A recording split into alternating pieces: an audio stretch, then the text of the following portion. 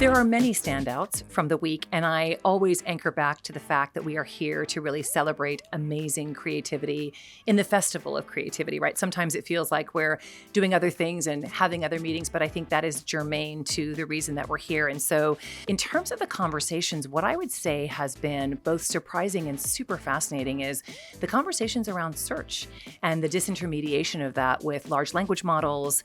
You know, something like 60% of searches start on Amazon in the United States. And so what's happening to that landscape? And it's both intellectual and challenging, and a conversation we've really enjoyed engaging in. My big takeaway is that there is still so much unknown. What are the media channels? What are the effective tools to reach? What is the art of creativity now?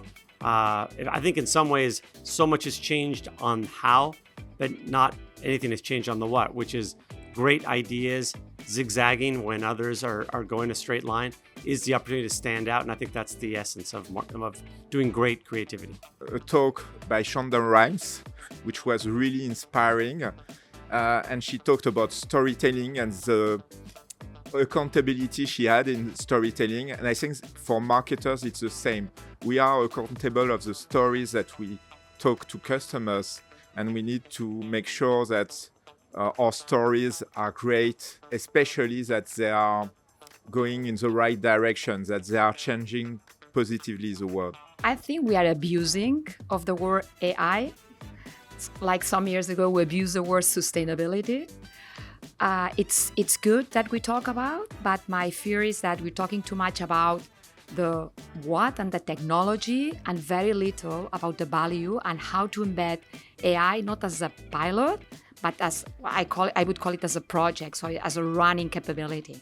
Really understanding what your brand stands for. I mean, it's so easy now to get dispersed and fragmented and talk about so many different aspects of your brand, or maybe deviate from what you stand for. So anchoring whatever you do in all these beautiful capabilities that we have right now in A, your consumer, and B, what your brand stands for, so that you can stay consistent, so that through the years, through the time, you can really improve the ability of communication to drive your business is kind of like the safe place to start. And then from there, you can add all these things on top, which we must embrace. We have no choice if we want to stay competitive, but you always need to anchor this on the consumer and on the brand. The biggest aha moment for me was a session from WFA and Arla, the dairy company, presenting an in-housing business case of AI.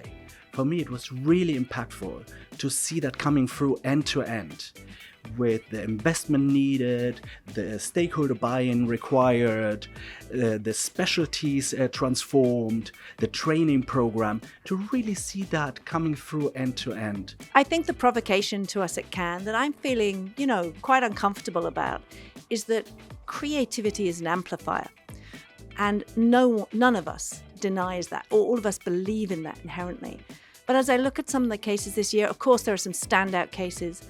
But I want us as an industry to really point creativity at our biggest challenges as a business. We can't waste it.